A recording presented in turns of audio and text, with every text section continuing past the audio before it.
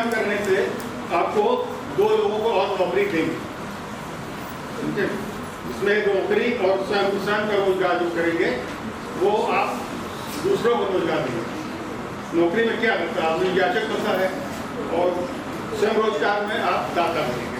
आप ये समझ लीजिए कि आपको नौकरी नहीं करनी है, यहाँ से निकल के आप स्वयं का करेंगे, कुछ करें, अचार बनाएं, कुछ करें, इस तरीके से कुछ भी करेंगे तो आप कम से कम 2 लोगों को, 3 परिवार को आप संभालेंगे। अगर आपने 2 परिवार को संभाल लिया तो कुल 37 करोड़ युवा भारत में है, और नौकरी कितनी है, 3% सरकारी और 4% प्राइवेट, और 1.2 करोड़ हर साल युवा बढ़ते जाते हैं। उसमें हम सबको नौकरी नहीं दे पाएंगे। आप नौकरी सबको देंगे, आने वाले समय में नौकरी की कम हो जाएंगी और आपको देने वाले ज़्यादा हो जाएंगे। और दूसरी बात मैं बताता हूँ कि हम लोग स्वदेशी के लोग हैं। यदि आप स्वदेशी का उपयोग करें, कम से कम जो भी करेंगे, तो एक स्वदेशी उपयोग करने से, जैसे मान लीजिए आपको कोई बताए हमें ये फॉर्चून आटा जो है कि स्वदेशी की विदेशी है, कोई बताए, टीचर उसको बताते हैं। फॉर्चून आटा लाते हैं घर में, ये स्वदेशी की विदेशी है, और आशीर्वाद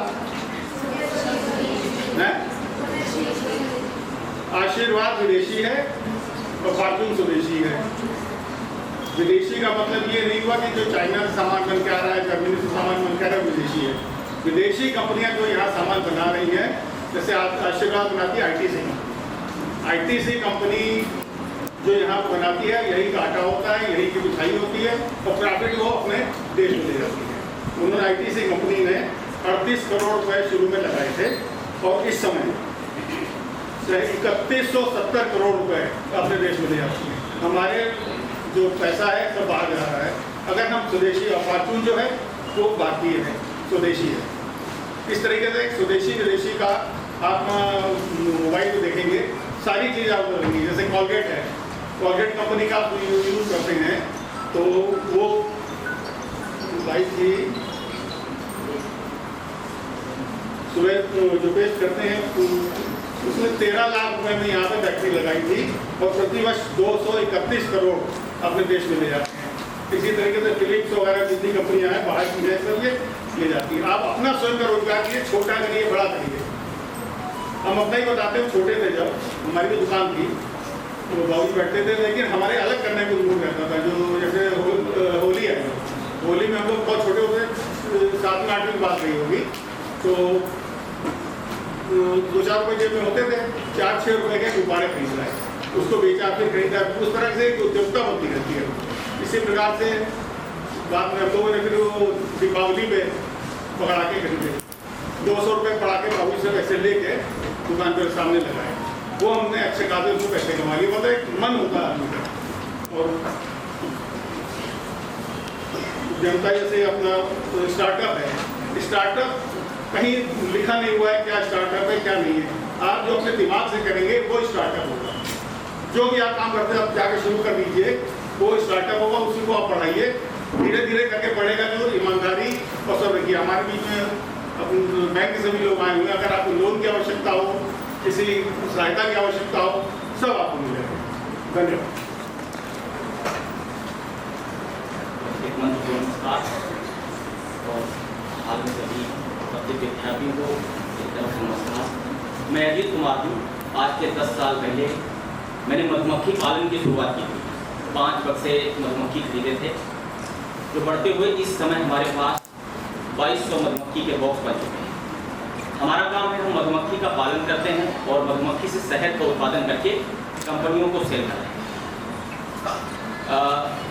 10 साल पहले हमने 10,000 रुपये मधुमक्खी में 5 डब्बे लेके आए थे।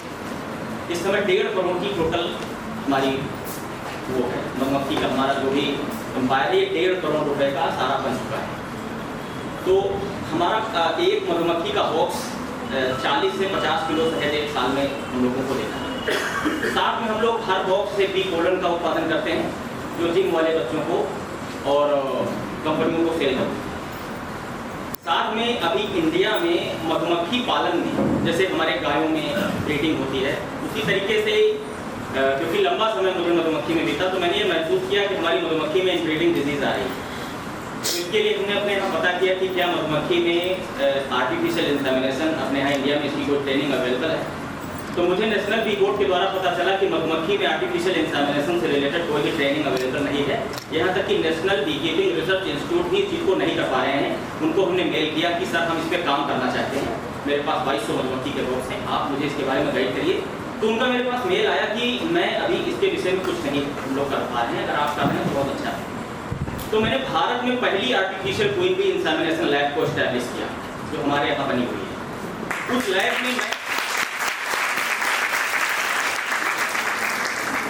में मैं रानी मधुमक्खी में आर्टिफिशियल इंसेमिनेशन करता हूँ। जैसे आप गायों में एआई देखते होंगे, गाय बहुत बड़ी होती है। एक क्वीन बी मधुमक्खी आपने देखी होगी, क्वीन बी में इंसेमिनेशन करना और ड्रोन बी का सीमन हार्वेस्ट करना बहुत बड़ी बात होती है।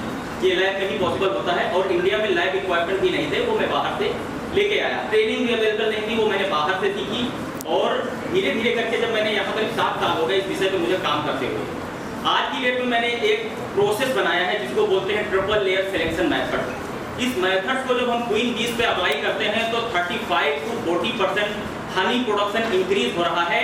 ये चीज केवी के आचार्य नरेंद्र देव यूनिवर्सिटी के निगरानी में सारी चीज हो रही है। इसके लिए मुझे राज्यपाल मैडम ने अभी 19 तारीख को सम्मानित किया है कि जो मधुमक्खी हम लोग बना रहे हैं लैब में, उसमें 30 to 40% प्रोडक्शन इंक्रीज हो रहा है। ये केवीके के साइंटिस्ट की निगरानी में ये चीजें हो रही हैं। अभी मेरा लक्ष्य है कि अभी हमारा जो हाइव है इंडिया में, मधुमक्खी के जो बॉक्स हैं वो 1 करोड़ 20 लाख मधुमक्खी के बॉक्स हैं। ये वर्ल्ड में सबसे ज़्यादा संख्या होती है। हमारे बराबर मधुमक्खी का बॉक्स किसी के पास नहीं है, लेकिन एक्सपोर्ट में हम लोग 8वें नंबर में। कारण ये है कि प्रति हाइव उत्पादन बहुत ज़्यादा नहीं है। तो जैसे मैंने 40% इंक्रीज किया है, तो मेरा लक्ष्य है कि हम 4 टाइम इंक्रीज कर सकते हैं हनी प्रोडक्शन को। तो ये मेरा लक्ष्य है कि शहद के उत्पादन को बढ़ाते हुए हम ये चाहते हैं जितना चाइना और टर्की दोनों मिला करके उत्पादन करते हैं वो हम हमारा, क्योंकि हमारे पास बॉक्स बहुत ज़्यादा है, 1 करोड़ 20 लाख है। तो अगर उन्हीं बॉक्स में हम लोग इस टेक्नोलॉजी को अप्लाई करेंगे तो हम लोग 4 टाइम प्रोडक्शन को इंक्रीज कर पाएंगे। जैसे कि पहले केले में टिश्यू कल्चर नहीं था, पहले पुतिया लगाते थे लोग। अब देखिए जगह जगह लैब में टिश्यू कल्चर हो रहा है और लैब से केले की पुतिया ही लोग लगाते हैं फार्मर। क्यों? कोई लगाना नहीं चाहता पुतिया। धीरे धीरे करके ये अवेयरनेस फैलेगी कि क्वीन बी को इंसेमिनेटेड होना चाहिए, आइसोलेटेड मेटेड होना चाहिए और अपनी जो है फैमिली से उसको मेट नहीं होना चाहिए। ये मेरा काम है और मैं ये कर रहा हूँ। इसके लिए मुझे अभी और ज़्यादा कार्य करना होगा। मेरे पास अभी उत्पादन बहुत ज़्यादा नहीं है। क्वीन बी को बना करके मैं अपनी मधुमक्खी पे तो यूज़ कर रहा हूँ, साथ में जो बी कीपर हैं उनको भी क्वीन बी को हम सेल कर रहे हैं। जिन लोगों को पिछली बार मैंने रानी दे दी थी उनका 100% रिपीट ऑर्डर मेरे पास आया हुआ है, लेकिन सभी को नहीं दे पा रहे हैं। कारण ये है कि मेरे पास अकेली अपनी खुद की अकेली लैब है, मैं उसमें काम करता हूँ और उत्पादन इतना ज़्यादा नहीं है। ये मान के चलिए मेरे पास 500 मधुमक्खी पालकों का वो है ऑर्डर है पहले से, लेकिन मैं उनको अभी दे नहीं पा रहा हूँ। कितनी बात खराब होती होगी उनके सामने मेरी, क्योंकि मेरे पास अभी प्रोडक्शन कैपेसिटी नहीं है। और मैंने ये जो लैब बनाई है ये मैंने अपने पैसे से बनाई हुई है। इसमें किसी भी तरीके का कोई ग्रांट या किसी के द्वारा अनुदान नहीं है, मैंने अपना इसमें इन्वेस्ट किया है। मुझे लगता है मधुमक्खी में इनब्रीडिंग डिजीज को खत्म करते हुए हनी प्रोडक्शन को 4 टाइम इंक्रीज करना और भारत के एक्सपोर्ट को 4 गुना करना। Thank you.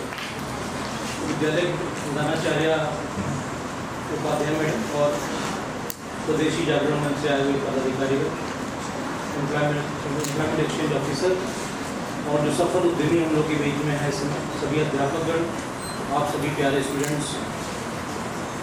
जाने कितनी यादें उभरी झील के गहरे पानी में, हमने तो बस बैठे बैठे पत्थर एक उछाला था। ये बात है 2010 की, जब मैं MBA कर रहा था लखनऊ यूनिवर्सिटी से। तो उस समय भी उद्यमिता का मन में था कि कुछ ना कुछ बिजनेस सेटअप करना है। अभी जैसा कि हमारे श्रीवास्तव साहब बता रहे थे कि कोई बच्चा अगर ट्यूशन कोचिंग भी पढ़ाता है और सेल्फ अर्निंग करता है, क्योंकि लर्निंग एंड अर्निंग एक साइमल्टेनियस प्रोसेस है, जिसको अगर आप साथ में करते हैं तो अपने ज्ञान का संवर्धन तो करते ही हैं, साथ में कुछ आमदनी भी करते हैं। तो हमारे बीच में कितने ऐसे स्टूडेंट्स हैं जो कोचिंग या ट्यूशन पढ़ाते भी हैं? एक बार हाथ खड़ा करें। जो नहीं पढ़ाते वो भले ही पढ़ाना शुरू करें, अपने मोहल्ले से स्टार्ट करें, आपका एक्सप्रेशन पावर बढ़ेगा, स्टेज फोबिया खत्म होगा। और जब आप माइक पर बोल रहे होंगे तो इंटरव्यू जब आप देने जाते हैं, कभी जब डिस्कशन करते हैं, तो उस समय वो चीज़ खत्म हो जाती है जो हिचक आपके मन में होती है। जिन बच्चों ने शुरुआत इसकी की है, इंटरमीडिएट के बच्चों को 8वें 7वें को पढ़ाया है, उनके साथ दिक्कतें नहीं होती। आप शुरुआत कीजिए, देखिए आपके अंदर बहुत अच्छा कॉन्फिडेंस बूस्टअप है। रही बात जो कि मैं जिस पद पर हूँ, लीड डिस्ट्रिक्ट मैनेजर हूँ लखनऊ का, LDM कहा जाता है, और यहाँ पर 1100 शाखाएँ और 42 बैंकों को जिला प्रशासन, DM, CDO, कमिश्नर के माध्यम से जो भी कार्य प्रणालियाँ होती हैं, जिले में तमाम सारे विषय होते हैं जो बैंक से संबंधित होते हैं, वो मेरे द्वारा देखे जाते हैं। विगत 2 वर्षों से मैं अपनी सेवाएं दे रहा हूं जनपद में, और बड़ा अच्छा लगता है कि आप लोगों से इंटरेक्ट होता हूं। लेकिन जहां तक स्टूडेंट्स की बात है, उनको जैसा कि श्रीवास्तव साहब ने बताया कि 37 करोड़ युवा हैं जिनमें नौकरियां सिर्फ 3% हैं। ऐसी स्थिति में विचलित नहीं होना है कि हमें नौकरी करना है, हमें नौकरी देना है।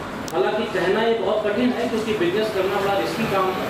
सफल होगा या नहीं होगा पता नहीं, और आप लोगों के मन में सवाल आएगा कि अपना तो IBPS क्वालिफाई करके बैंक की नौकरी करना है, अच्छी खासी तनख्वाह पा रहे हैं, और हमको बता रहे हैं आप बिजनेस करिए। वो ज़माना बच्चों अलग था, आज से 15 साल पहले, अब ज़माना अलग है।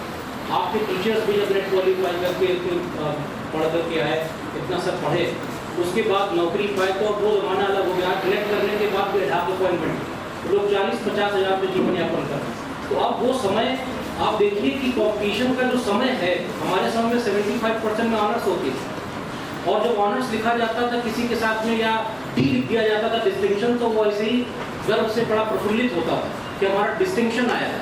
आज बच्चों का कॉम्पिटिशन है 95% से 100%। तो ऐसे में जो 100 नंबर भी बच्चा लाया है, उसमें भी जो सबसे ज़्यादा मेरिट में होगा वही पाएगा। तो ये बहुत टफ हो गया है आज के समय में, बढ़ता हुआ पॉपुलेशन, और जो कहते हैं कि एम्प्लॉयमेंट जनरेट नहीं होता, इसमें कहीं ना कहीं पॉपुलेशन बढ़ती हुई है। जब जनसंख्या बढ़ेगी जा करके, तो जनसंख्या विस्फोट सबसे बड़ी अगर कोई चुनौती देता है तो रोजगार को देता है। संसाधन सीमित हैं, लेकिन संसाधनों को सीमित करने का तरीका ये है कि हमें अपने आप को टटोलना ये होगा कि हम और क्या कर सकते हैं। सबसे पहले अपने आप को पहचानना होगा। ये ऐसा समय है जब आप उत्कृष्ट हैं, अपने आप को पहचानना आपको ज़रूरी है। अगर आप पहचानते नहीं हैं और समय का 25 वर्ष ऐसे ही बर्बाद कर देते हैं, तो यकीन मानिए आगे चलकर राह बहुत कठिन हो जाएगी। तो this is the golden time to understand you. और कभी अकेले में, एकांत में, अपने आप में किसी काउंसलिंग, किसी करियर काउंसलर की ज़रूरत नहीं है। आपको सबसे अच्छा आप स्वयं जानते हैं। आप स्वयं देखिए आपके अंदर क्या कैलिबर है, क्या स्टेमिना है, क्या आप कर सकते हैं। ये मत सोचिए कि मैं लड़की हूँ, मैं कैसे कर पाऊंगी, क्योंकि आपको मैं बता दूं कि कमिश्नर लखनऊ की कौन है, बताइए। भारत की राष्ट्रपति कौन है? तो ये सवाल उठता ही नहीं है कि लड़की हैं तो हम नहीं कर पाएंगे। कहीं ना कहीं मन में अगर ये भावना है तो छोड़िए। शादी हो जाएगी तो उसके बाद हम क्या लोन अगर बैंक से लेंगे तो चुकता कौन करेगा? जैसा लड़कियों के साथ बहुत बड़ी समस्या होती है कि हम लोन ले लेंगे, हमारे मम्मी पापा इसको चुकता करेंगे, कौन चुकता करेगा? तो ऐसा नहीं है।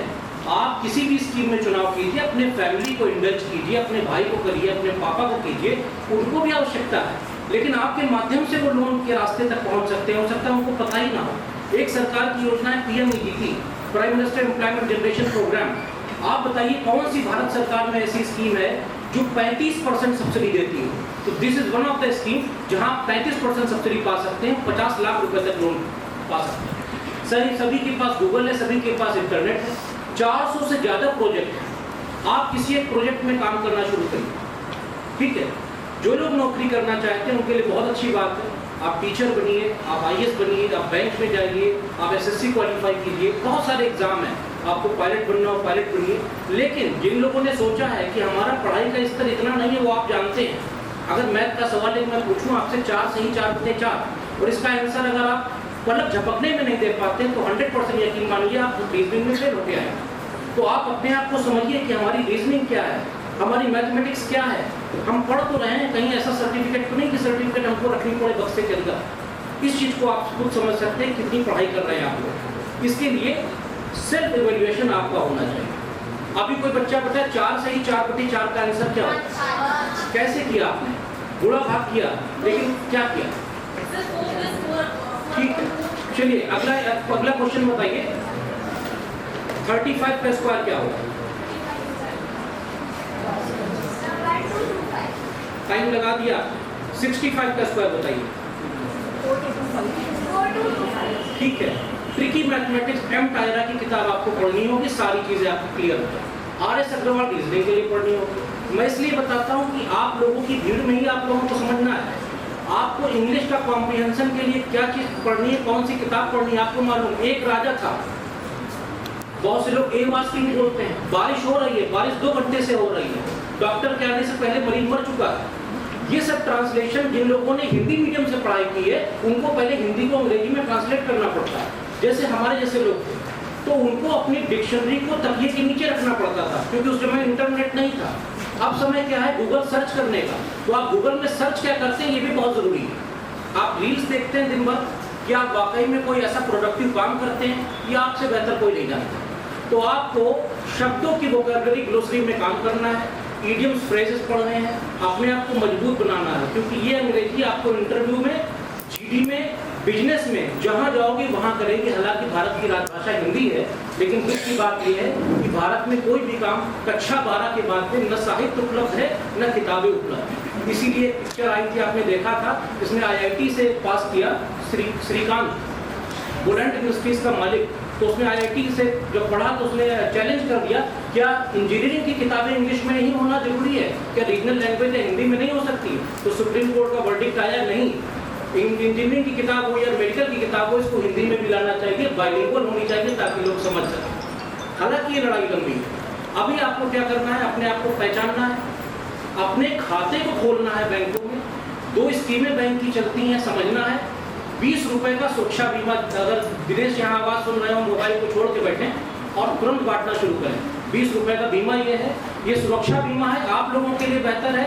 20 रुपए का बीमा आपके दुर्घटना मृत्यु का बीमा है। अगर मान लीजिए कभी खुदा न खास्ता कोई समस्या आती है, तो 20 रुपए के उस बीमा में 2 लाख का आपका इंश्योरेंस छुपा हुआ है। डीएम साहब के पास रेगुलर बेसिस पे ऐसी कंप्लेंट्स आती हैं और वो हमें फोन करते हैं कि डीएम साहब देखिए किसी का बीमा कटा तो नहीं, इसको 2 लाख की राशि देनी है। और क्या गलती होती कि 20 रुपए लोग 1 साल में खर्च भी नहीं करना चाहते, जबकि 2 चाय की कीमतों की कीमत है, 2 कप चाय।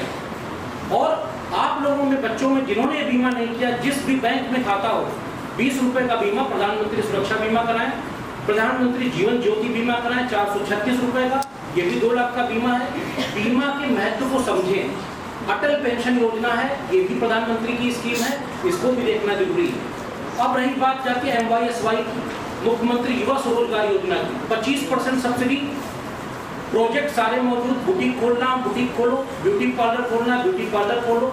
आपको इनोवेटिव आइडिया के साथ कोई काम करना, ब्लिंकिट है, क्या कोई ऑफिस ब्लिंकिट का आपने देखा है? नहीं देखा है, लेकिन ब्लिंकिट क्या काम करता है? सब काम ऑनलाइन में करता है। ओला का कितने लोगों ने ऑफिस देखा? शायद कहीं एक दिख जाएगा, लेकिन आज भी आप अगर ऐप से कोई भी अगर बुकिंग करेंगे गाड़ी की या कहीं का बाइक की, तो आप उसी से करते हैं। तो क्या यही स्टार्टअप है? बैंक आपको क्या मदद करता है मैं आपको बताता हूँ। आपका जहाँ कहीं भी खाता हो, आपका सिविल अच्छा होना चाहिए। सिविल स्कोर का मतलब ये होता है आपका फाइनेंशियल डिसिप्लिन कितना अच्छा है, यानी कि आपने आज तक लोन जो भी लिया भी है उसको चुकता कितने अच्छे समय से किया है। एक आगाह करना चाहता हूँ आप सभी बच्चों को, क्रेडिट कार्ड बहुत सोच समझ के लीजिएगा। क्रेडिट कार्ड का अगर जरा सा भी पेमेंट अगर एनुअल मेंटेनेंस चार्ज के कारण भी डिले होता है तो आपका सिविल खराब हो जाता है। इसीलिए कंपनियां ऑफर तो देती हैं और घर जाके आपको क्रेडिट कार्ड मिल जाता है, दीजिए, लेकिन एनुअल मेंटेनेंस चार्ज समय पे जमा कीजिए, साथ में उसका जो बिल है वो भी समय पे दीजिए, आपका कभी भी सिविल नहीं खराब।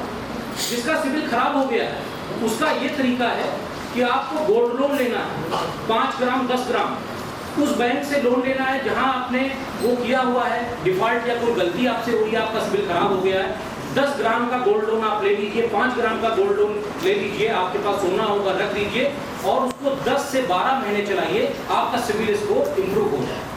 तो वो भी एक तरीका है। अगर किसी का सिविल स्कोर, किसी के पापा का, मम्मी का खराब है, किसान क्रेडिट कार्ड नहीं बनवा पा रहे, सरकार की तमाम स्कीमों का फायदा नहीं ले पा रहे, अभी PM सोलर रूफटॉप योजना आई जिसकी कल मीटिंग मीडियम साहब की अध्यक्षता में हुई थी। सभी की घर के ऊपर छत हमें चाहिए सिर्फ 8 बाई 8 की, यानी 64 स्क्वायर फीट एरिया की जरूरत है। उस 64 स्क्वायर फीट में आपका मोनोटॉप लग जाता है और आपका सोलर सिस्टम जो है वहाँ लग जाता है। उसमें आपको सब्सिडी है 1,08,000 की अगर 3 किलोवाट बिजली का कंजम्पशन है। सभी लोग अपने पापा से कहिए कि वो इस स्कीम का प्रचार प्रसार करें। घरों में नहीं है, लगवाइए। बिजली का बिल आपको बस उसकी देना है और पीएम सूर्य घर योजना का ऑनलाइन आपको वहीं अप्लाई करना है। वेंडर की आपको लिस्ट मिलेगी, बैंक आपको सहज ऋण दे रहा है 7% ब्याज। तो 7% रेट ऑफ इंटरेस्ट में आपको जो लोन ये मिल रहा है, ये सभी लोगों को लेना चाहिए।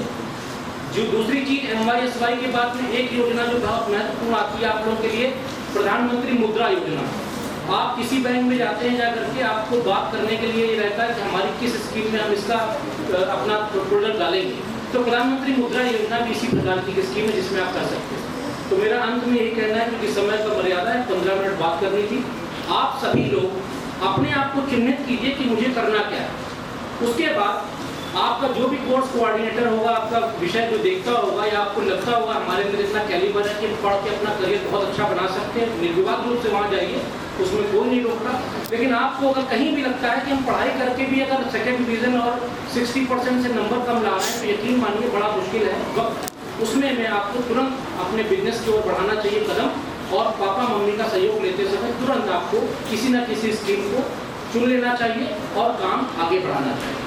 इसके लिए बैंक आपको 101% मदद करने को तैयार है। 1100 शाखाएं और 42 बैंक। मैं दोबारा कह रहा हूँ, किसी भी बैंकिंग से संबंधित किसी व्यक्ति को कोई समस्या हो, CDO ऑफिस में 11 बजे से 4 बजे मैं स्वयं बैठता हूँ। CDO साहब वहाँ रहते हैं, अजय जैन साहब, मैं रहता हूँ वहाँ पर। सभी जितने भी विभाग हैं, जो 7 विभाग हैं यूनिट से जुड़े होते हैं, तो GMDIC बैठते हैं, चौरसिया जी। दूसरा विभाग बैठता है AD फिशरीज, तीसरा विभाग बैठता है पशुपालन विभाग, चौथा विभाग बैठता है डिस्ट्रिक्ट एग्रीकल्चर ऑफिसर, पांचवा विभाग बैठता है ग्राम खादी ग्रामोद्योग विभाग, पांचवा विभाग बैठता है PM स्वनिधि यानी कि डूडा बैठता है। इसके अलावा अन्य विभाग जो बैंक से गाहे बगाहे किसी भी तरीके से जुड़े हुए हैं, वो सारे विभाग बैठते हैं। तो आप लोग 11 बजे कभी भी CDO ऑफिस में कोई भी बैंक संबंधित आपकी समस्या है, उसका ऑन द स्पॉट आपको समस्या का समाधान मिलेगा, क्योंकि वो that is chaired by CDO himself. तो उसका तुरंत ही आपको निराकरण भी मिलता है। आप लोग बहुत अच्छे विद्यालय के स्टूडेंट हैं। मेरी पत्नी भी नवयुग कन्या महाविद्यालय की छात्रा नहीं है कभी, तो बहुत अच्छा लग रहा है। और आप लोग, और आपको मैं बता दूं, मेरी पत्नी भी बैंकर ही है, बैंक ऑफ इंडिया की एम्प्लॉई है। तो आपके विद्यालय से बहुत से लोग बहुत आगे गए हैं, है ना। इसका बहुत ही विशद इतिहास रहा है, बढ़िया विद्यालयों में आता है। लेकिन चूंकि हमारे श्रीवास्तव साहब ने जिस बात को कहा, उसको हम लोगों को स्वीकारना ही होगा। नौकरियां कम हैं, लेकिन अपने आप को पहचानते हुए किसी न किसी बिजनेस में या किसी न किसी एंटरप्रेन्योरशिप में आपको अपना कदम आजमाना चाहिए और EDP प्रोग्राम के लिए अपने लक्ष्य को भी पाना चाहिए। बहुत बहुत धन्यवाद। Thank you.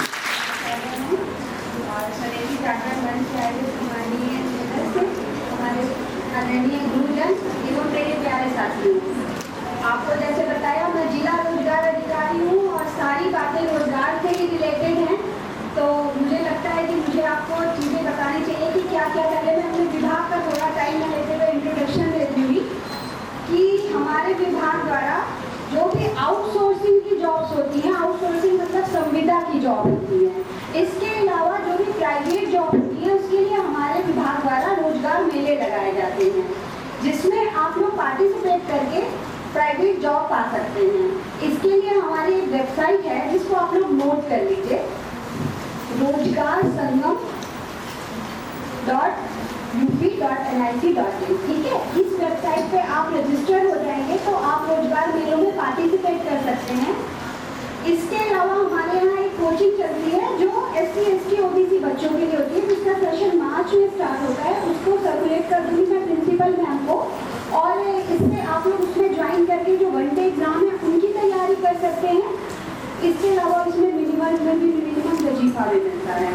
इसके अलावा मैं आपको ये बताना चाहूँगी कि इस पोर्टल पर रजिस्टर करने से और ये फायदा है कि जैसे कभी आगे पहले जो सरकार थी उसके टाइम पे वजीफा मिलता था, बेरोजगारी भत्ता कहते थे उसको, तो वो उन्हीं को मिलता था जो सेवा योजना पे रजिस्टर्ड थे। तो अगर आप रजिस्टर करेंगे और आगे यदि सरकार की ऐसी भी कोई योजना आई तो उसका लाभ आपको मिलेगा। इसके अलावा हमारे यहाँ से करियर काउंसलिंग की जाती है, जो शायद पहले भी यहाँ हो चुकी है और आगे भी होती रहेगी। तो ये हमारे विभाग के लाभ हैं।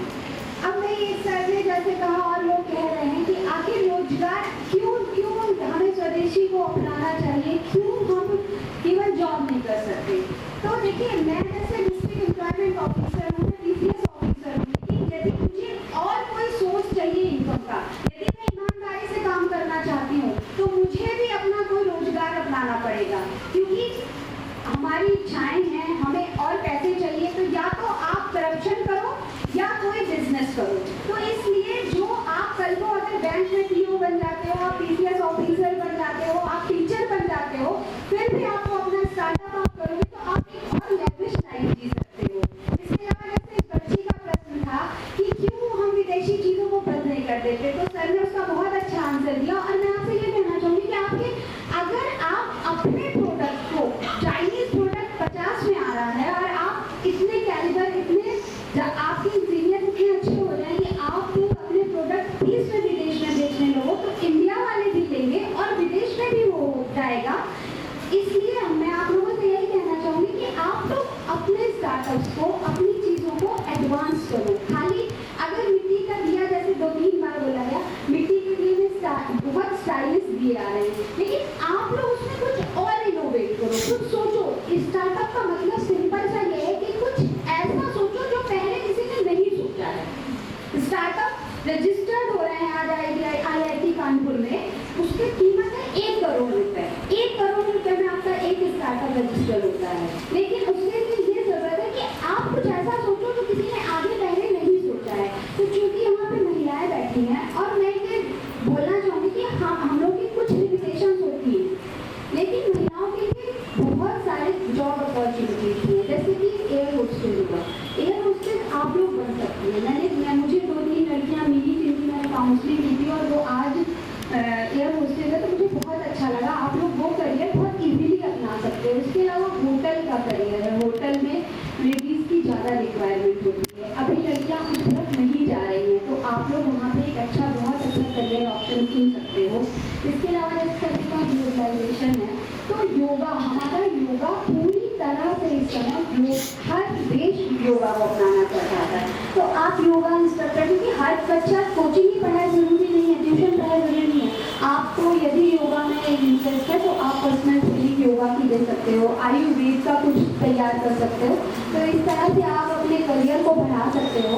और मैं चूँकि यहाँ महिलाएँ बैठी हैं, तो मैं कहना चाहूँगी कि तेरे माथे पे ये घूंघट तो बहुत खूब है, लेकिन तेरे माथे पे ये घूंघट तो बहुत खूब है, लेकिन इसको परचम भी बना देती तो अच्छा होता। तो मैं चाहती हूँ कि आप लोग अपने परिवार, अपने साथ, अपने आसपास के समाज का भी उत्थान करें। और धन्यवाद। और मैं मैम को वादा करती हूँ कि मैं बहुत जल्दी आपके कॉलेज में एक रोजगार मेला लगाऊंगी, ताकि बच्चों को अच्छे से अच्छी जॉब मिल सके। विजय गुलाटी जी, लीड बैंक के मैनेजर मनीष पाठक जी, हमारे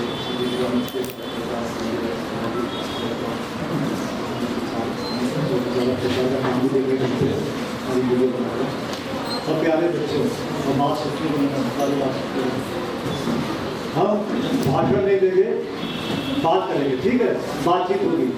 तो बेहिचक आप हाथ दिखा कर सकते हैं।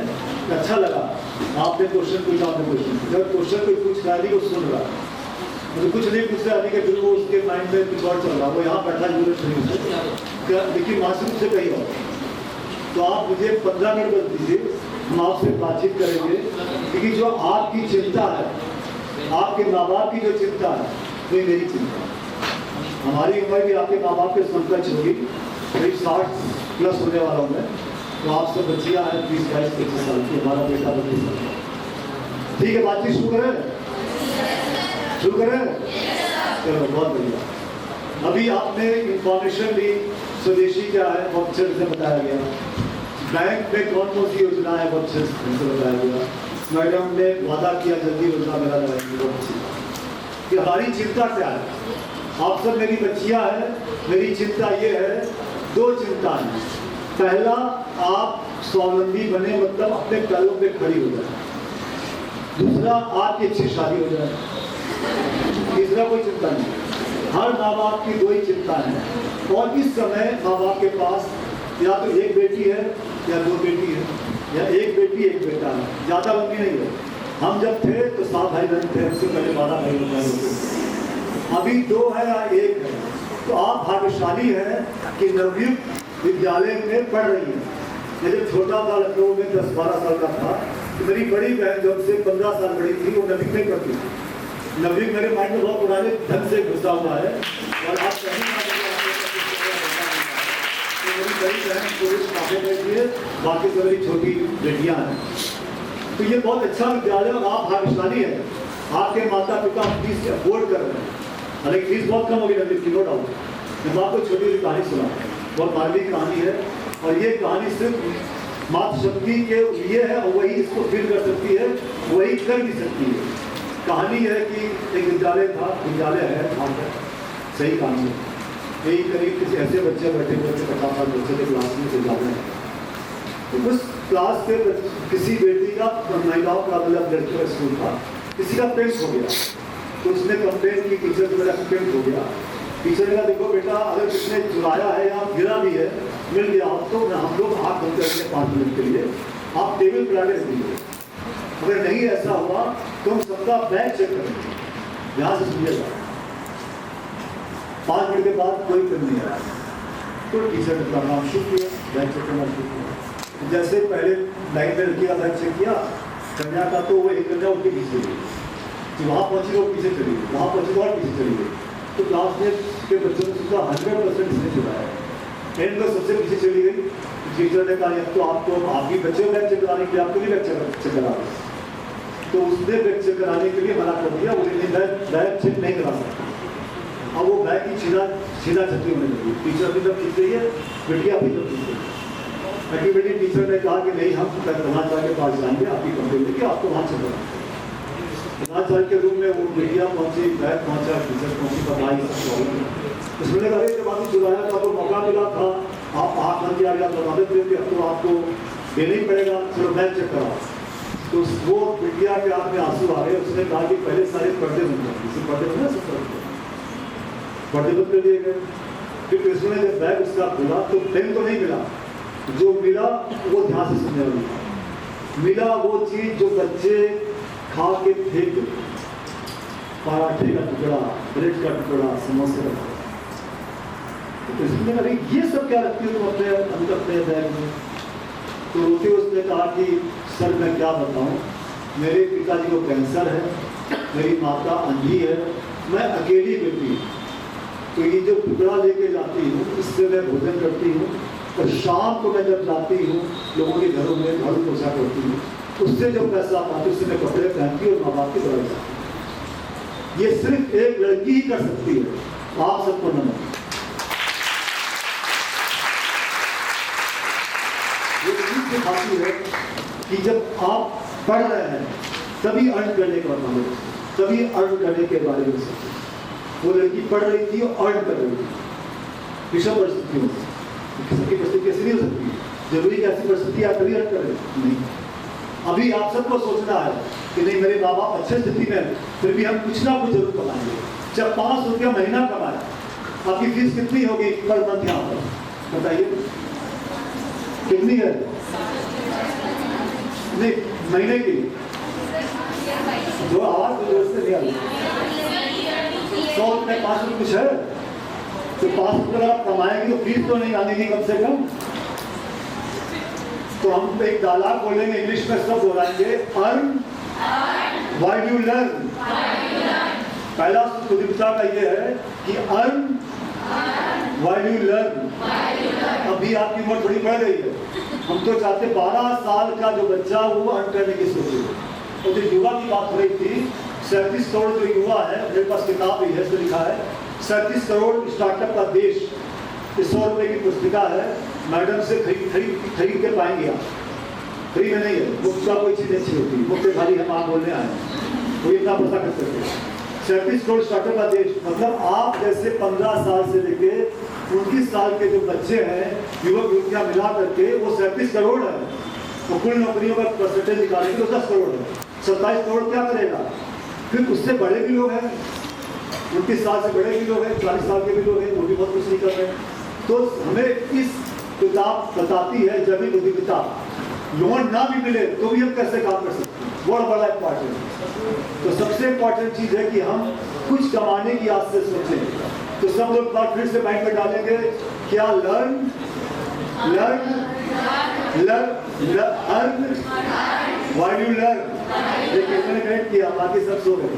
अर्न व्हाइल यू लर्न, हम अर्न क्या करेंगे, जो आपको शौक हो, जो चीज आपको पसंद हो उस चीज में अर्निंग करिए। कोई बच्ची अच्छा गाना गाती है तो सिंगिंग में अर्निंग करे, कोई अच्छा पढ़ना चाहती है तो ब्यूटी पार्लर कर सकती है, मतलब वैसी चीज अर्न करो। कोई टीचर अगर है उसको पढ़ाने का शौक है उससे भी अर्निंग कर सकती है। आप एक कहानी सुनाते हैं, आपके उम्र से छोटी बच्ची 15 साल की अलीगढ़ में थी, उसके यहाँ पारिवारिक संकट था आर्थिक का, वो बच्ची जब हाई स्कूल में थी तो ट्यूशन पढ़ा के कमाती थी, जब वो इंटर में आई तभी ट्यूशन पढ़ा के कमाया उसने, जब ग्रेजुएशन में आई तो उसने नौकरी कर ली, 1400 रुपये की नौकरी करती थी किसी विद्यालय में, और फिर पढ़ाई करती थी।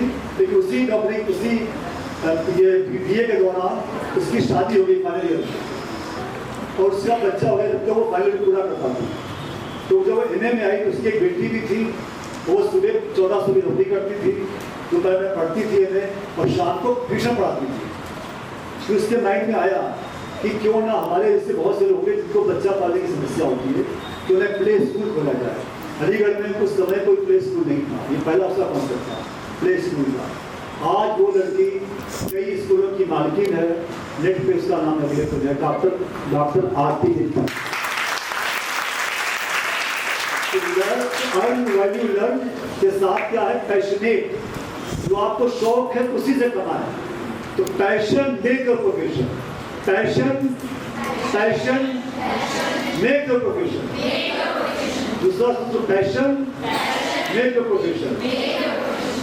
तीसरा कि बहुत से बच्चे जब ट्रिप पे जाते हैं घूमने के लिए तो माँ बाप एक लिमिटेड पैसा देते हैं, लेकिन जब वहाँ जाते हैं मसूरी या शिमला मॉल पड़ता है, होटल तो बहुत महंगे हैं। ऐसे एक ट्रिप किया हुआ था लड़कों का था, कोई टीचर साथ ले गए थे शिमला, तो वहाँ के होटल बहुत महंगे थे, 4,000-5,000 रुपये।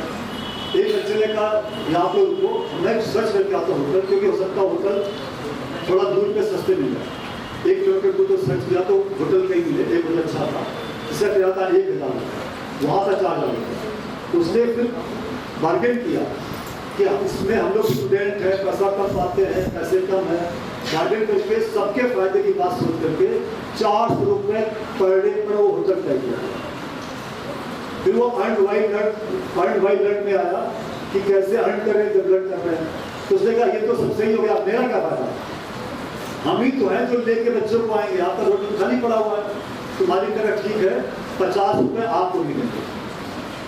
फिर उस बच्चे का दिमाग खुला और सोचा कि अगर कोई सा प्लेटफॉर्म तैयार करें जहाँ पर पर्यटक सस्ते होटल पाए और जहाँ होटल खाली पड़ा हो पर्यटक पाए। जिस पर भी ओला का एग्जाम्पल दिया था कि लोग हैं, टैक्सी नहीं है, टैक्सी है तो लोग नहीं, तो प्लेटफॉर्म में ओला होगा। ऐसे ही वो लड़के का नाम है रितेश अग्रवाल, लड़के का नाम है रितेश अग्रवाल, 6,000 उसका टर्नओवर है, किस होटल का है,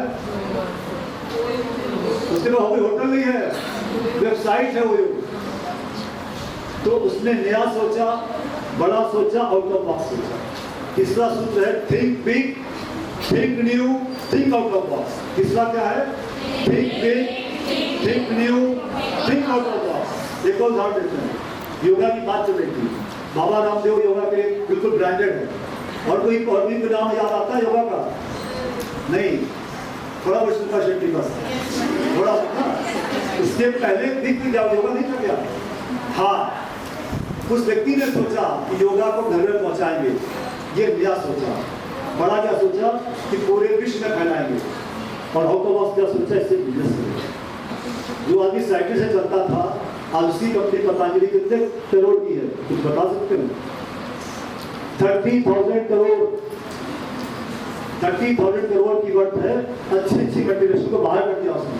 तो अभी तो स्वदेशी की बात हो रही थी, आप सीधे पतंजलि के स्टोर में जाए, सारा सामान मिलेगा। कॉलगेट मत करिए, दंत कांति करिए, लाइट हाथ मत धोइए, उनके समझ हाथ धोइए, कान की समझ हाथ धोइए। लेकिन आज से 15 साल लोग नहीं था। कुछ लोग पूछते थे कि यही क्वेश्चन होता जो आपने किया था, क्या सरकार बंदी कर सकती है? तो कौन से प्रोडक्ट हैं, हम सूचियाँ बांटते हैं, अब तो सिंपल बोल देते हैं, आप जाइए पतंजलि। तो थिंक बिग, थिंक न्यू, नहीं पहले थिंक न्यू, थिंक बिग, नहीं आउट ऑफ बॉक्स। 3 हो गए।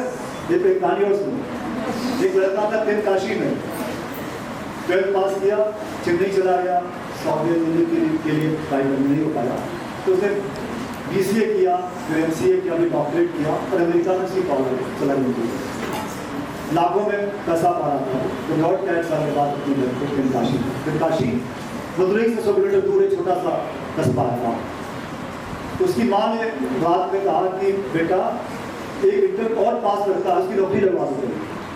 उसने कहा माँ मैं तो खुद नौकरी करता हूँ, नौकरी तो नहीं लगवा सकता। उसकी माँ ने तमिल में कहा, उसका हिंदी का मतलब हिंदी में है कि तुम किस बात के बीच इतने दूर पढ़ाई लिखाई की, किस बात में तुम्हारी अमेरिका चले गए, एक लड़की नौकरी लगवा सकते? मैं नहीं माँ, मैं नहीं लगवा सकता। तो बेकार तुम्हारा कितना पढ़ा लिखना। ये बात उसको रात भर छोड़ती रही। सुबह उसने डिसाइड किया कि मैं नौकरी छोड़ दूंगा और अपना काम शुरू करूँगा। उस कंपनी का नाम है जोहो कॉर्पोरेशन। क्या नाम है? उस व्यक्ति का नाम श्रीधर वेम्बू।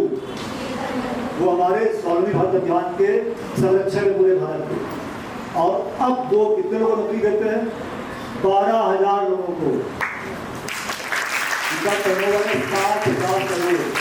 भारत के 50वें सबसे अमीर व्यक्ति है। तो हमें कैसे बनना है? नौकरी नहीं मांगनी है, इनके पास जानी जरूरत नहीं है, प्रज्ञा के पास आप इनके पास, ये बैंक वाले पास आइए। हमें नौकरी नहीं मांगनी है। Don't be job seeker, be job provider. बोले don't be job seeker, be job provider. Don't be job seeker, be job provider. Last में बोलेंगे आपसे कि जब पैसा आपसे बहुत सी महिलाएं, नाम और बताते हैं, बहुत करोड़ रुपया, मीना बिंद्रा, ब्रांड है बीबा, सुना बीबा का नाम? 5,000 रुपए किसी बैंक से लोन लेके काम शुरू किया था, तब बैंक आसानी से लोन नहीं देता था। 90 की बात हुई। आज उनका टर्नओवर भी 8,000 करोड़ का है। 310 स्टोर है उनके। वो सिंपल महिला एक कुर्ती बनाती थी जो कि पंजाब की थी, बिंद्रा पंजाबी कुर्ती बनाती थी जो बॉम्बे में समय नहीं थी, इतनी हिट हो गई, आज वो कुर्ती बेचती है। तो बहुत से लोग नौकरी दे रहे लोग। एक नाम है कल्पना सरोज, जो 10 साल की महिला की शादी हो गई थी। महिला इसलिए बता रहे हैं, जब पुरुष बैठते हैं लड़कों में हम सरकार नहीं बताते। वो कल्पना सरोज नागपुर की रहने वाली, बॉम्बे में गई, 10 साल की उम्र उसकी शादी हो गई, बहुत उसको मारा पीटा गया, वापस आई 16 साल में, फिर बच्चों घर वालों ने कहा नहीं ससुराल जाओ। फिर आप जैसे बैंक के अधिकारी, कोई प्रज्ञा जी जैसी, कोई गाड़ी जैसे लोग मिले, मैंने कहा हम पैसा दिलवाते हैं, अपना काम कीजिए। 2 रुपये से शुरू नौकरी करी उसने, कि मशीन खरीदी, धीरे धीरे बिजनेस इतना बढ़ाया कि आज वो 6 कंपनियों की मालकिन है, कई हजार करोड़ का टर्नओवर है उसका। कल्पना सरोज हमारे जिला में अभी एक छपा भी था उसका नाम। और एक अनपढ़ महिला कृष्णा यादव, कृष्णा पिकल के नाम से काम करती है, उसका टर्नओवर है 8 करोड़ और उसके बाद 1,000 महिलाएं काम करती हैं। कि महिलाओं का एग्जाम्पल दे रहे हैं, तो आप किसी से कम नहीं है। सब जितने बैठे सब स्टार्टअप शुरू कर सकते हैं। और आपके पास मंजुला बहन जैसी प्रिंसिपल भी है, आपके पास प्रज्ञा जी जैसे लोग हेल्प करने के लिए हैं, आपके पास मनीष पाटिल जैसे लोग हैं। तो आप सब क्या ये प्रेज दे सकते हैं कि आप कुछ करेंगे? नहीं पूछना, करेंगे क्या नहीं पूछना था, कुछ कर सकते हैं पक्का। पहले 4 पॉइंट रिपीट करिए। First, earn value. Second, passionate, passion make the profession. Third, think new, think big, think out of the box. Fourth, don't be job seeker, be job provider. और फिफ्थ है नेशनल फर्स्ट स्वदेशी mission. Vijay Mallya ने 9,000 करोड़ रुपए कमाए और बाहर चले गए, सरकार को खुद गए। ऐसे लंबी लिस्ट है, लेकिन बाबा रामदेव 30,000 करोड़ की कंपनी बनाती थी देश में। अंबानी है, अडानी है, सिंघानिया, लंबी लिस्ट है। श्रीधर वेम्बू, तो लंबी लिस्ट है जो देश की। तो जब आप लोग करोड़ों रुपए कमाए तो हमारी बात याद रखना, नेशनल फर्स्ट स्वदेशी। प्लेस ये लेनी है, खड़े होकर के बोलना है, खड़े रहे सब लोग। कॉलेज की प्रिंसिपल मैम मंजुला जी और स्वदेशी जागरण मंच से हमारे श्रीवास्तव सर, हरकम जी, आप दोनों का बहुत बहुत धन्यवाद मुझे यहाँ आमंत्रित करने के लिए और व्यक्तियों से संवाद करने के लिए। और मैं अपने विषय में थोड़ा सा आपको बताना चाहूँगी कि पहले मैंने 16 साल पत्रकारिता के क्षेत्र में काम किया है और इस दौरान मैंने ये पाया कि एक विमेन एम्पावरमेंट जो है, होलिस्टिक विमेन एम्पावरमेंट की अगर हम बात करें तो वो तब तक इनकम्प्लीट है जब तक कि लड़कियां सुरक्षित नहीं होंगी, जागरूक नहीं होंगी, उन्हें नहीं पता होगा कि उनके आसपास क्या हो रहा है, क्या सरकार की योजनाएं हैं। और सुरक्षित अगर नहीं होगी, अगर हम घर से बाहर निकल रहे हैं, अगर किसी रोजगार के लिए, अपने उद्यम के लिए अगर हम सुरक्षा हमें उस तरीके से मुहैया नहीं हो रही है या हम सुरक्षित महसूस नहीं कर रहे हैं, तो मुझे नहीं लगता है कि हम अपना करियर या अपना उद्यम उस तरीके से परस्यू कर पाएंगे। तो मेरे लिए सबसे पहले जो ज़रूरी है वो सेफ्टी है फर्स्ट, और सेकेंड जो है वो ये है कि हम अपने आसपास की हर तरीके की जानकारी हो, सरकार की क्या योजनाएं हैं उनके बारे में हमें पता होना चाहिए। हम कैसे अपना उद्यम स्टार्ट कर सकते हैं, कैसे हम अपना स्टार्टअप कर सकते हैं, उसके विषय में हमें जानकारी होनी चाहिए। तो पिंक शक्ति ऐप, वैसे हमारा आप कह सकते हैं कि IT सॉल्यूशंस हैं, तो हम लोग ऐप डेवलपमेंट, वेबसाइट डेवलपमेंट, आजकल डिजिटल इंडिया का हमारा है, तो आप कोई भी आप काम करते हैं तो आप अपना ऐप या वेबसाइट अगर आपको डेवलप करानी है तो वो भी हम लोग करते हैं। तो वो एक महत्वपूर्ण रोल प्ले करता है आपके उद्यम को ग्रोथ देने में। लेकिन पिंक शक्ति हमारा जो इनिशिएटिव है वो पिंक शक्ति ऐप हमारा इस तरीके का है कि हमने इसको न्यू टेक्नोलॉजीज यानी big data, crime data analytics और IoT, अब इस पर हम रिसर्च कर रहे हैं कि हम इस ऐप को स्मार्ट वॉच के साथ इंटीग्रेट कर सकें और इमरजेंसी सिचुएशन में कभी भी कोई समस्या हो तो स्मार्ट वॉच पे अगर हमने ऐप को इंटीग्रेट किया है तो सिर्फ एक शेक फीचर के जरिए ऐप को हम इंटीग्रेट कर सकते हैं, ट्रिगर कर सकते हैं और आपको 112 की हेल्प मिल सकती है जो इमरजेंसी सेवा है। कोई भी आपके साथ अगर कोई इस तरीके की अपनी घटना होने वाली है या आप कहीं फंस रहे हैं तो। और अगर हम स्टार्टअप की बात करें सबसे पहले तो स्टार्टअप्स में आपको क्या लगता है, मैं थोड़ा सा संवाद करना चाहूँगी क्योंकि इस तरह बहुत मोनोटोनस होता है। आप लोग क्या समझते हैं, लड़कियों से मैं पूछना चाहती हूँ यहाँ पे स्टार्टअप से जितने अभी ये सब एक्सपर्ट्स ने आप लोगों को बताया, तो अब तक आप लोगों ने क्या ऑब्जर्व किया कि क्या है स्टार्टअप, कोई मुझे बताएगा? एंटरप्रेन्योरशिप क्या है, स्टार्टअप क्या है, आते हैं तो वही चीज आप जो खुद अपने लिए कर रहे हैं वो आपको बेनिफिशियल इसलिए हुआ कि आप खुद रोजगार अपने लिए उत्पन्न कर रहे हैं और आप 10 लड़कियों को या 10 आपके साथ लोग और जुड़ रहे हैं जिनको आप रोजगार प्रोवाइड करा सकते हैं।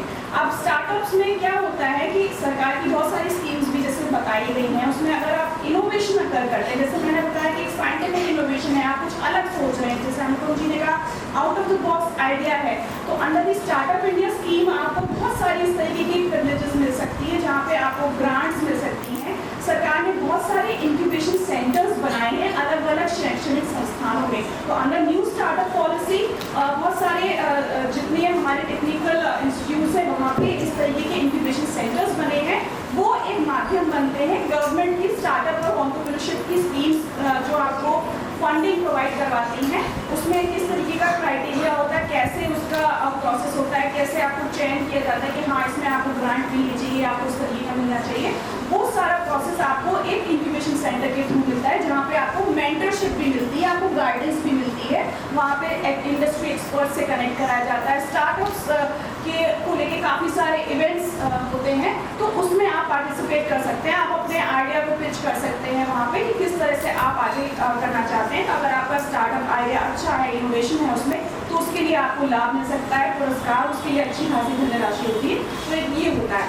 रेवेन्यू मॉडल की बात अगर हम करें तो हमारा प्रोडक्ट क्या है, पहले तो हमारी मार्केट रिसर्च करनी चाहिए कि हम जो चीज़ करने जा रहे हैं क्या उसकी कितनी डिमांड है, मार्केट में कितना उसके लिए डिमांड है, क्या उसको हम उतनी ग्रोथ दे पाएंगे नहीं और उससे प्रॉफिट जनरेट कर पाएंगे नहीं।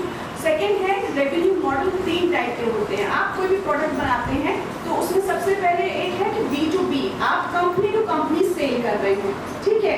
सेकेंड होता है आप डायरेक्ट कस्टमर B2C, आप डायरेक्ट कस्टमर से आप बात कर रहे हैं, इंटरेक्शन आपका कस्टमर से, आपके क्लाइंट जो है वो कस्टमर्स है। थर्ड होता है B2G, यानी कि आप गवर्नमेंट को सेल करते हैं। जैसे अब बहुत सारे सोशल इम्पैक्ट स्टार्टअप्स में जैसे होता है कि जो सस्टेनेबल उस पे एस्पेक्ट पे काम करते हैं, वेस्ट मैनेजमेंट पे काम कर रहे हैं। अब हमारा भी एक सोशल स्टार्टअप है, सो लाइक अब मैं आपको बताना चाहूँगी कि वी बिलोंग टू B2G, हमारा भी फॉर्मेट जो है।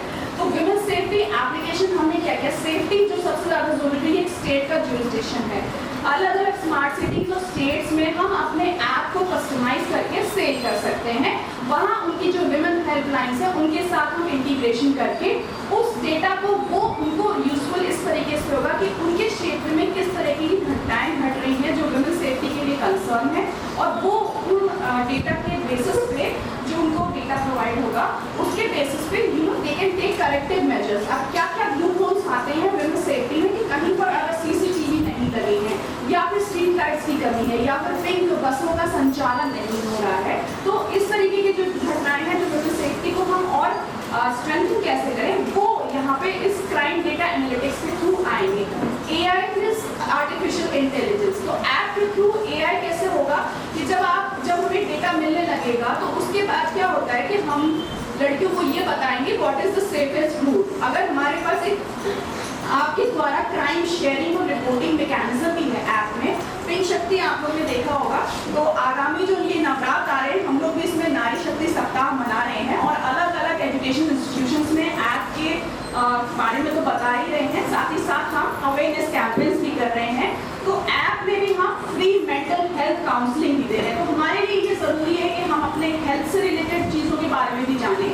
हमारी पिंक शक्ति वेबसाइट जो है pinkshakti.in, उस पर भी आपको सारी जानकारी मिलेगी जितनी भी गवर्नमेंट रिलेटेड स्कीम्स हैं विमेन स्पेसिफिक, महिलाओं से जुड़े हुए अधिकार और कानून क्या है, क्राइम्स जो होते हैं वो कौन से सेक्शन इंडियन पीनल कोड के अंदर आते हैं, ये सारी जानकारी आपको एक ही जगह पे मिलेगी।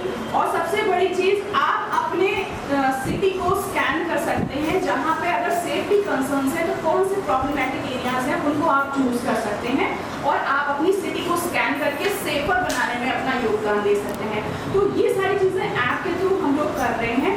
और एंटरप्रेन्योरशिप के लिए जैसे मैंने बताया कि जो मेरी स्कीम्स है startup India, startup incubation programme, वित्तीय संस्थानों के माध्यम से जो ऋण सहायता मिल रही है, और राज्य स्तरीय अगर हम बात करें तो स्टार्टअप प्रतियोगिताएं होती हैं तो वो सब भी किया जाता है। और हमारे इस इनिशिएटिव को जो हमने ऐप इस तरीके का डेवलप किया है, यूनाइटेड नेशंस विमेन का एक श्री शक्ति इनोवेशन चैलेंज हुआ था, उसमें भी हम लोग 1 लाख रुपए की धनराशि प्राप्त कर चुके हैं।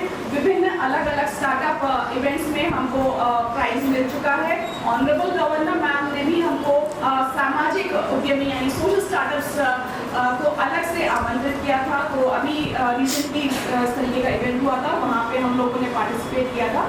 तो मेरा यही कहना है कि आप लोग जो भी कुछ करें वो जागरूक होकर करें और सबसे पहले अपनी सुरक्षा को ध्यान में रखते हुए, और पिंक शक्ति ऐप को आप लोग जब डाउनलोड करेंगे आपको उसमें तमाम जानकारी मिलेगी। और पिंक शक्ति वेबसाइट पे भी हमारे 20,000 से ज़्यादा विजिटर्स हो चुके हैं। प्ले स्टोर पे भी उस ऐप को हमारे 5 स्टार रेटिंग मिल चुकी है। तो मेरा यही कहना है आप लोग भी सारी यहाँ पे भावी महिलाएं हैं तो हमको भी सपोर्ट करिए, विमेन सपोर्टिंग विमेन। और अंत में मैं यही कहना चाहूँगी कि नारी सभी को नमस्कार। मैं स्वदेशी जागरण मंच के क्षेत्रीय संगठन मंत्री अनुपम श्रीवास्तव जी का बहुत बहुत धन्यवाद देना चाहती हूँ कि उन्होंने इस कार्यक्रम को कोऑर्डिनेट किया और उन इतने प्रबुद्ध जनों को हमारे बीच लाए। खासतौर पर प्रबुद्धता के साथ बहुत ही प्रैक्टिकल नॉलेज आप लोग को मिली होगी आज के सेशन में, क्योंकि आज से कुछ दिन पहले ही ये बात हुई कि हमें सभी कहते हैं कि हम रोजगार देने वाले बने, मतलब जॉब सीकर ना बने और बिजनेस अपना स्टार्ट करें, तो हम कैसे कर सकते हैं। तो जैसा कि मनीष पाठक सर ने उस दिन की क्वेरी आज आपकी पूरी कर दी कि कितनी सारी स्कीम्स हैं गवर्नमेंट प्रोवाइड करती है, कितना इंश्योरेंस की भी स्कीम उन्होंने बताई, पर हम लोग को बहुत सारी जानकारियां नहीं होती हैं। और हो सकता है कि आज आपने वो सारी चीज़ें तुरंत ग्रहण ना की हो, पर उन्होंने अपना ऑफिस बता दिया और उस ऑफिस में जाकर अगर कोई भी छात्रा, इसमें से 4 छात्राएं भी अगर अपना कुछ स्टार्टअप स्टार्ट करना चाहती, कोई भी कॉटेज इंडस्ट्री या बहुत ही लघु उद्योग भी स्टार्ट कर ले जाती हैं, तो इस जो आज का कार्यक्रम है या वर्कशॉप है, इसकी सफलता उसमें निहित होगी अगर हमारे 2-4 बच्चे भी इससे लाभान्वित हो जाते हैं। अनुपम जी ने आपको बहुत सारे 4 मेन बेसिक मोटिवेटिंग स्लोगन्स दिए, जिसके माध्यम से उन्होंने कहा कि आप किस तरीके से स्वदेशी चीज़ों को अपनाएं, अपने आप को आत्मनिर्भर बनाएं और जिससे कि क्योंकि महिला तभी सशक्त हो सकती है, अपने निर्णय ले सकती है जब वो आर्थिक रूप से सशक्त हो।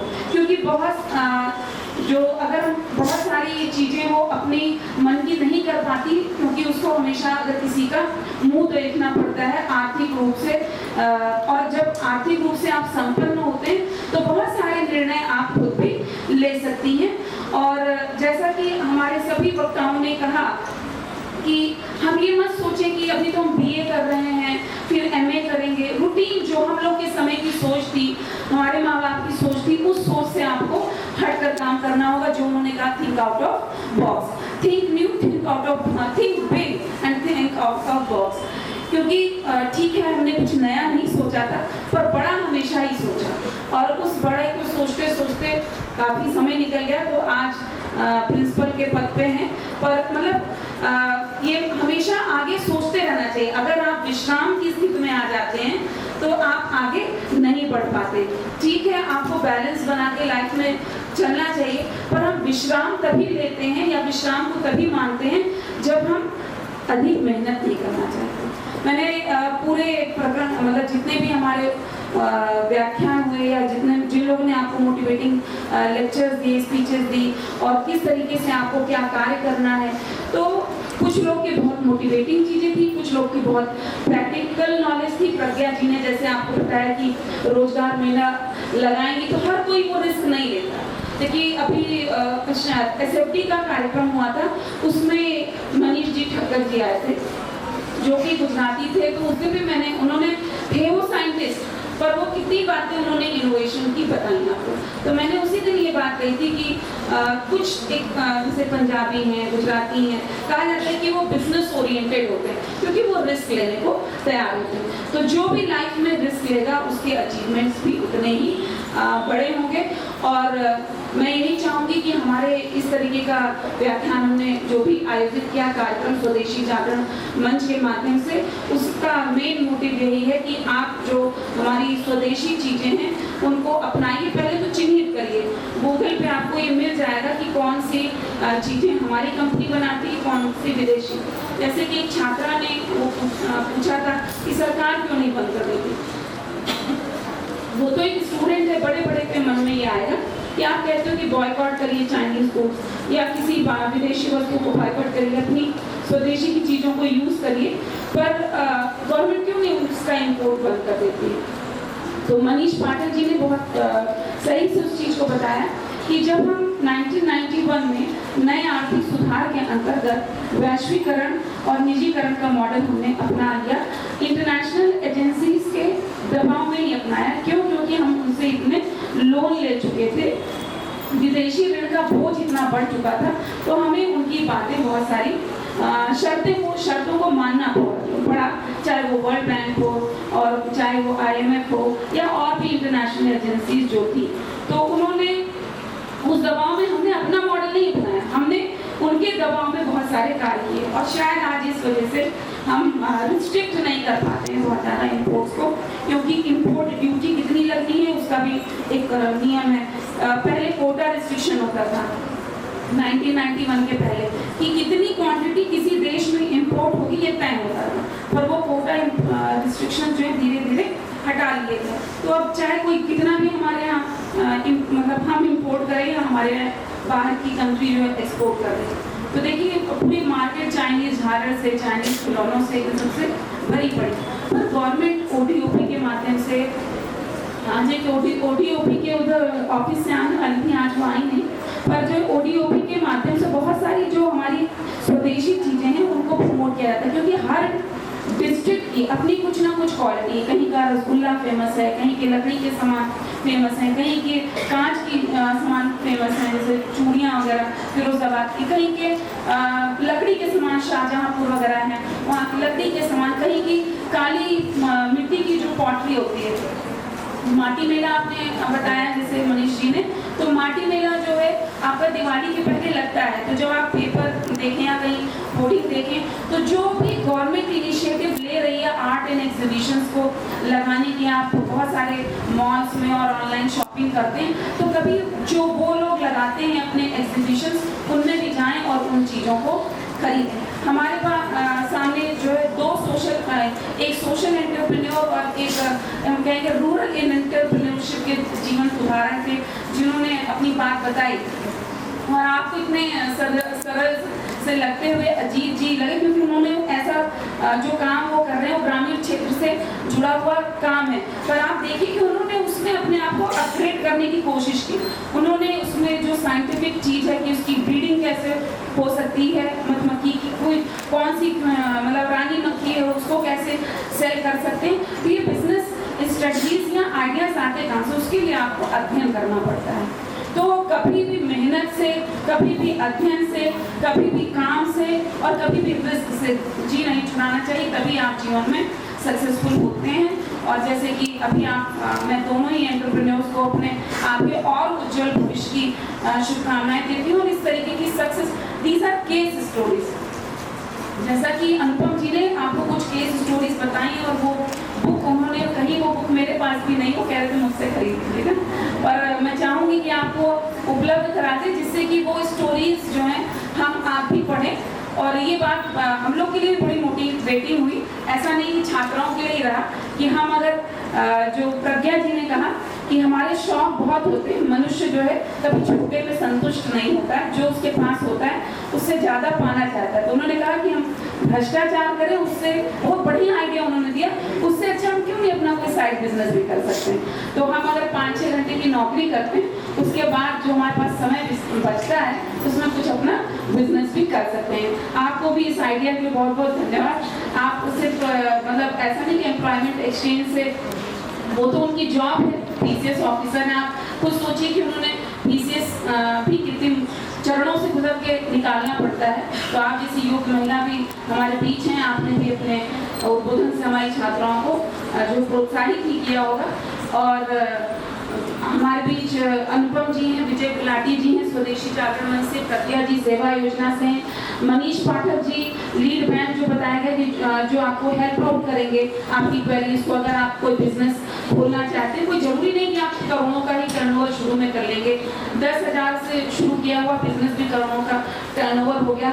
कम पढ़े लिखे व्यक्ति ने भी मतलब महिला ने भी बहुत बड़े टर्नओवर किए। आपको अनुपम जी ने तो इतनी सक्सेस स्टोरीज बताई, सब महिलाओं की बताई। तो आप बहुत कुछ कर सकते हैं, बस ये है कि जो आपको गाइड करने वाले लोग आते हैं उनको आप ध्यान से सुने। अपने जीवन के प्रति जब तक आप गंभीर नहीं होंगे, आप किसी पर दोषारोपण नहीं कर सकते हैं अपनी स्थिति के लिए। और इसी के साथ मैं, क्योंकि 2 अक्टूबर को छुट्टी है और हमने भी सुबह एक कार्यक्रम एनसीसी के द्वारा कराया गया। हमारे जो 2 महापुरुष हैं, गांधी जी और लाल बहादुर शास्त्री जी, उनकी जन्म जयंती है कल, तो उनको श्रद्धा सुमन अर्पित करते हुए विनम्र श्रद्धांजलि के साथ उन 2 महापुरुषों से भी बहुत कुछ सीखने के लिए है। आज जो भी बात स्वदेशी और आत्मनिर्भरता की हुई, दोनों सूत्र उनके हैं, दोनों ही महापुरुषों के हैं।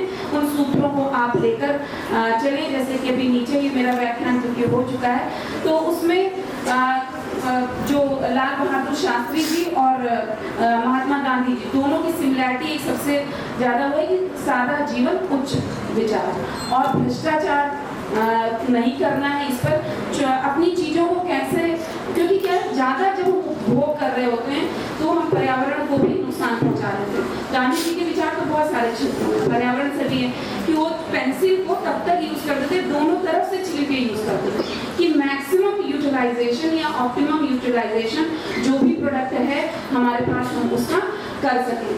तो जो महापुरुष होते हैं उनकी जयंतियाँ इसीलिए मनाई जाती हैं कि हम उनसे कुछ ना कुछ सीखें। तो कल गांधी जयंती है, छुट्टी जरूर है, पर आज आप उनके बारे में बहुत कुछ जान भी चुके हैं। पर इस कल मेरा आपसे ये आग्रह है कि सभी छात्राएं उनके बारे में कुछ ना कुछ पढ़ेंगे और अपनी मैम को बताएं। सारी मैम लोग से ये है कि वो परसों जब कॉलेज खुलेगा तो पूछेंगे कि इन लोगों ने पढ़ा कि नहीं पढ़ा, क्योंकि आजकल के बच्चे ऐसा कहा जा रहा था रील्स में ज़्यादा व्यस्त रहते हैं और किताब नहीं पढ़ना चाहते। पुस्तक मेला लगा हुआ है, ऐसा कि कल आप ना हो तो पुस्तक मेला ही विजिट कर लीजिएगा। तो जो है आप सभी को बहुत बहुत शुभकामनाएं। जो हमारे जो महापुरुष हैं उनको बहुत विनम्र श्रद्धांजलि। और इसके साथ ही जो ये स्वच्छता पखवाड़ा चल रहा था, हमारे आदरणीय प्रधानमंत्री जी के जन्मदिन से लेकर 2 अक्टूबर 2 महापुरुषों के जन्मदिन के दौरान जो चला पखवाड़ा, तो स्वच्छता पखवाड़ा में संभाषण प्रतियोगिता कराने के लिए हम लोग के पास शासन से निर्देश आया था। तो 27 तारीख को बीएड विभाग ने संभाषण प्रतियोगिता कराई थी आत्मनिर्भर भारत पर। और आज जो गांधी जयंती और लाल बहादुर शास्त्री जयंती के उपलक्ष्य में एनसीसी द्वारा कार्यक्रम आयोजित हुआ, उसमें भी जो ये आत्मनिर्भर भारत पर भाषण प्रतियोगिता हुई। तो जितने भी उसके पार्टिसिपेंट्स हैं और जो विनर्स हैं दोनों ही प्रतियोगिताओं के, आप मैं पहले सरिता जी कनौजिया जी से आग्रह करूंगी कि आप बीएड के जितने पार्टिसिपेंट्स हैं और विनर्स हैं उनको एक एक बुलाकर सर्टिफिकेट्स हमारे महानुभावों से दिलवा दीजिए। और डॉक्टर मनमीत कौर सोढ़ी जी से आपसे आग्रह है, मेजर हैं आप एनसीसी की रैंक की और अभी आपको सम्मानित भी किया गया है। तो एक महिला सशक्तिकरण आप देखिए कि वो भी एक उदाहरण है।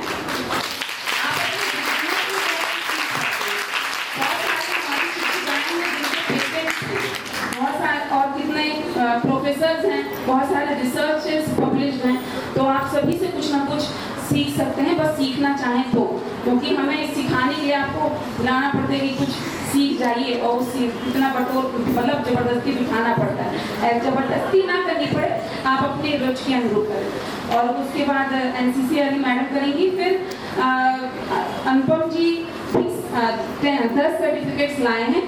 आप में से जो भी छात्रा मतलब सच्चाई से बताइएगा, गांधी जयंती लेकर, तो इसलिए जो है वो सत्य और अहिंसा के पुजारी थे, तो मैं चाहूंगी सत्य वचन से आप, हमको बहुत बड़ा टेस्ट नहीं लेना है, आप बताइए कितनी छात्राएं हैं जो किसी न किसी माध्यम से कुछ ना कुछ अर्न कर रही हैं, चाहे उनका अपना यूट्यूब चैनल हो, चाहे वो उन्होंने इंस्टाग्राम को अपने मोनेटाइज कर रखा हो, चाहे वो ट्यूशन पढ़ा के या पार्लर में काम करके या कुछ भी बुटीक खोला हुआ उन्होंने, या किसी और माध्यम से जो छात्राएं हैं जो अर्न कर रही हैं। मैं चाहूंगी कि एक छात्रा जो है उनके नाम की जगह और क्लास लिखवा ले। अगर सर्टिफिकेट आज कम होंगे तो आपसे आग्रह करेंगे कि आप और सर्टिफिकेट दे दीजिएगा, तो हम बाद में दे देंगे। बाकी हमारी जो आत्मनिर्भर भारत की प्रतियोगिता हुई, पहले उनके विनर्स को हम सम्मानित करते हैं। हमारे बीच डॉक्टर संजय उपाध्याय जी हैं, हम उनको कभी अलग से आप लोग से जो खासतौर पर सोशल साइंस के स्टूडेंट्स हैं उनसे मिलवाएंगे। आपका रिसर्च मेथोडोलॉजी तो आपकी बहुत अच्छी है, आप गिरी इंस्टीट्यूट में रिसर्च एसोसिएट हैं। और जो है आप स्वदेशी जागरण मंच में शायद प्रांत के प्रचार करूँगा, तो आप स्वदेशी जागरण मंच से भी जुड़े, क्योंकि जो इकोनॉमिक्स के लोग हैं वो स्वदेशी से बहुत ज़्यादा चीज़ें कनेक्ट कर पाते हैं, हम ये समझ पाते हैं कि हम जब स्वदेशी को अपनाते हैं तो अपना देश कितना मजबूत होता है। तो आपका भी बहुत ही अभिनंदन भी, क्योंकि मैंने कभी किसी को ग्रीट नहीं किया था। धन्यवाद आप सभी का, अभिनंदन भी। स्नेहा जी, अजीत जी, दोनों जो एंटरप्रेन्योर्स हमारे सामने बैठे हुए हैं, उनका भी मंच, क्योंकि हमारा छोटा है तो इसलिए आप दोनों लोग को मंच नहीं दे पाए।